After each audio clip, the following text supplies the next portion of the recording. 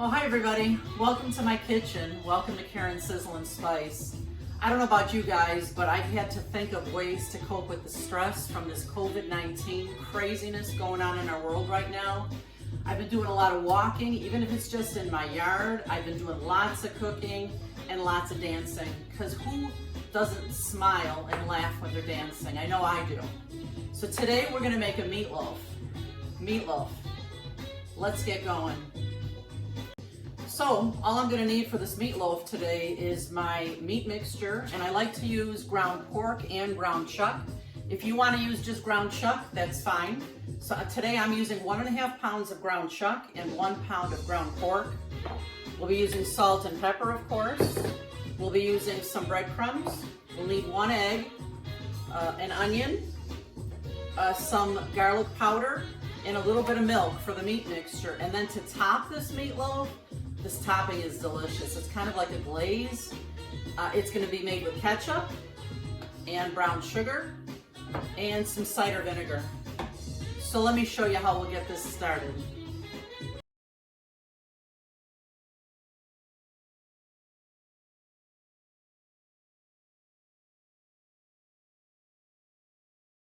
One other thing before we get started.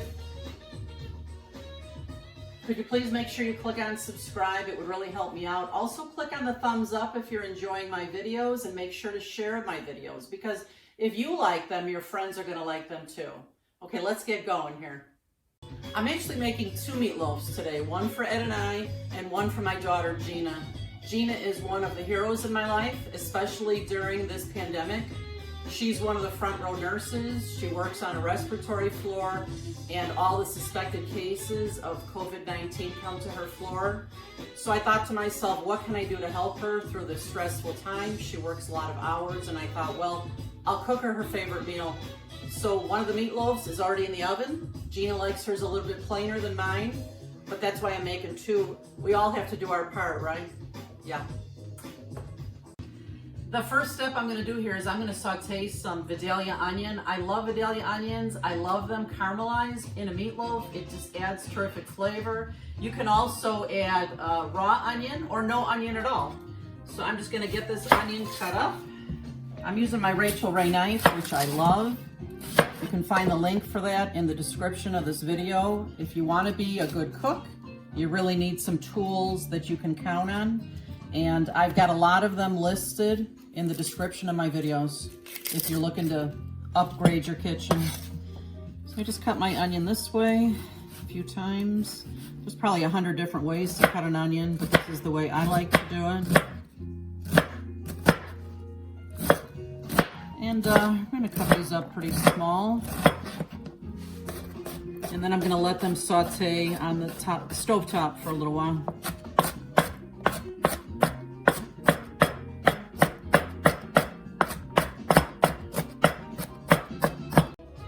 Now that my onion's chopped, I'm just using my garbage bowl here to throw out the skins. These Rachael Ray bowls are fabulous. They're my everything bowl in the kitchen. You can see they have a rubber grip around the bottom. Once you place that on the counter, it's not going anywhere. It's like my everything bowl.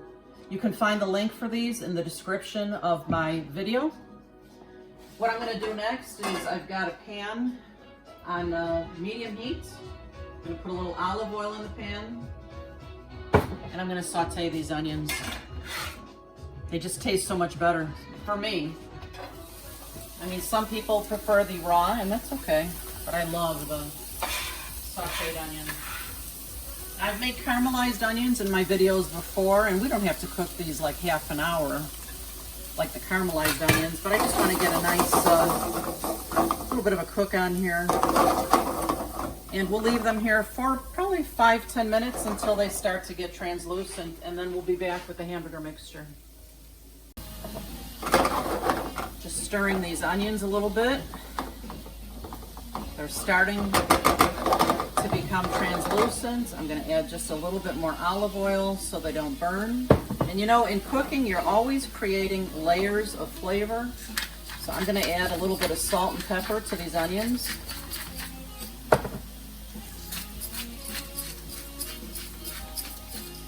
And now that they're sizzling good, I'm gonna turn them down low and just let them cook low and slow for 5 to 10 minutes. Then I'm gonna come back here to my ground beef mixture. Remember, I have a pound of ground pork and a pound and a half of ground beef. To that, I'm gonna add 1 beaten up egg. And if you know me, I never crack an egg right into my food mixture because sometimes there's eggshells or it could be a bad egg and then you have a heck of a time digging it out of your food mixture. So I always beat up my egg first.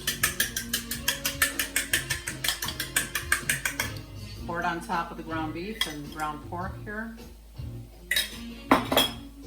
I'm going to use a little bit of garlic powder, and this is to taste. It's probably about a 1/4 teaspoon or so. Grab my salt and pepper. It's probably about 1/2 teaspoon of salt, maybe 1/4 teaspoon of pepper.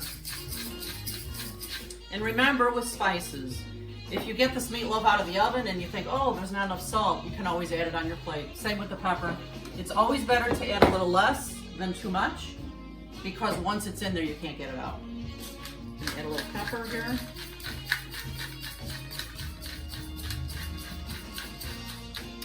And the next thing I'm gonna do is I have 1 cup of breadcrumbs here, and I'm gonna add about 1/2 cup of milk to the breadcrumbs. And I'm gonna let these soak for a few minutes. And we'll be back once I can add this to the ground beef mixture. Can you hear those onions sizzling? Love that sound. I'm just gonna start breaking up the meat here in my bowl. Start mixing together the pork and the ground beef. Now the breadcrumbs and the milk have sat here for 5 minutes probably, and I'm just gonna get all of that into my bowl now. Looks funny. It's gonna be a fabulous meatloaf though.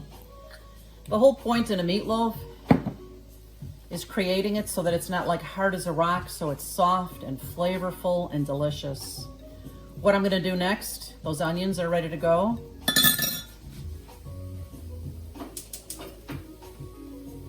Pour these into my ground beef mixture here. Oh yeah. Who doesn't love the smell of simmering onion? I don't know. So I'm gonna stir this a little bit with my spoon. Oh my goodness, it smells good already. Wow. And then once the onions have cooled just a little bit, for them being in the meat here, you know what I'm gonna do, right? Bet you can guess. I took my ring off because really the best way to mix something like this is with your hands. Before I do that, you know, you could use a loaf pan for this meatloaf, but I have found that it's really not necessary. And with a 13x9 dish like this, I can just make it whatever size and shape I want. So I'm gonna spray this a little bit with spray Pam so nothing sticks. So it's ready for my meatloaf. And I'm just gonna get in here with my hands and mix this up really good. Yum, yum. This is gonna be delicious. It's one of Ed's favorite meals is meatloaf.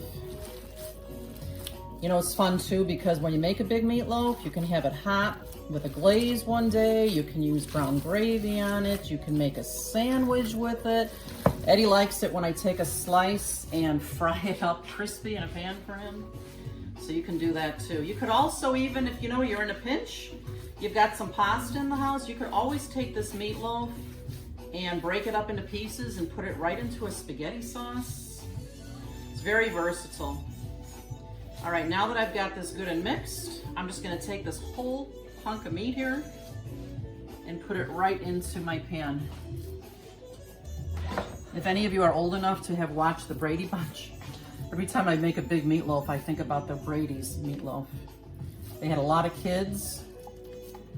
And I think Alice was the name of their housekeeper who would cook for them. And their meatloafs were humongous, kind of like this one. But you see how you can kind of shape it any way you want? You can make it as long as you want, as high as you want. I have my oven turned on to 375. Gina's meatloaf is already cooking for a while. I'll let you know at the end about how long these take. While those meatloafs are cooking in the oven, I've got a medium saucepan on a medium heat, and I'm gonna create the glaze for our meatloaf. This glaze has cider vinegar in it, and if you're familiar with that at all, it's kind of like a bite. It's gonna give it such a great pop of flavor. So I'm using 1/2 cup of cider vinegar. I'm using 1 cup of ketchup.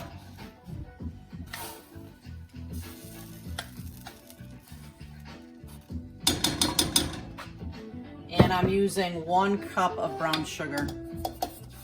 Now the cool thing about this is this glaze will not only be a glaze for the top of the meatloaf, but I'll also be able to serve a little bit over the top of the meatloaf once we slice it.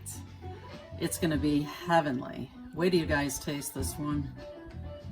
So I'm gonna just get this stirred real nicely here, and I'm gonna let it simmer on the stove for a little bit, for maybe 5 minutes now. And then right before that meatloaf comes out of the oven, I'll make sure this is good and hot, because we're gonna spoon some of this over the meatloaf.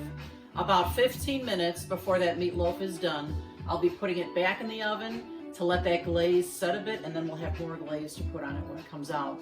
I cannot wait to taste this one. We'll be back in a bit.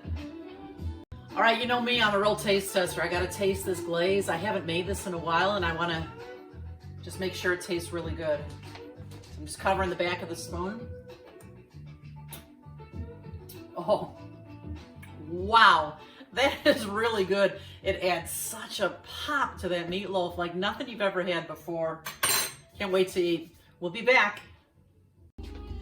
Look at this. Gina's meatloaf is ready. She's gonna be so excited to have that after a long night at work. In the meantime, my meatloaf needs about another 15 minutes. But I'm gonna take it out of the oven. And it's funny how this meatloaf really spread out a lot, but it's gorgeous, isn't it? It needs about 10 or 15 more minutes, but what I'm gonna do now is I'm gonna brush on some of this glaze. Look at that glaze, would you? Look at that. Yeah. So I'm gonna very liberally, in fact, maybe I'll even pour it on a little bit and then just spread it out. Oh my. Smells wonderful. So I'm just gonna get a nice coat of glaze on here. I'm gonna put this back in the oven, and then I'll check the temperature on this in about 15 minutes to be sure it's done. And then look at all this glaze I have for dipping for all of this meatloaf. This is a thing of beauty. All right, I'm gonna get this back in the oven, and I will be back for the taste testing. We're so happy with this taste testing. We're just gonna put some of the glaze on this meatloaf.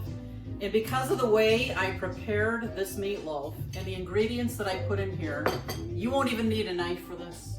It's gonna be easy to cut with a fork. Let's try it. I can hardly wait.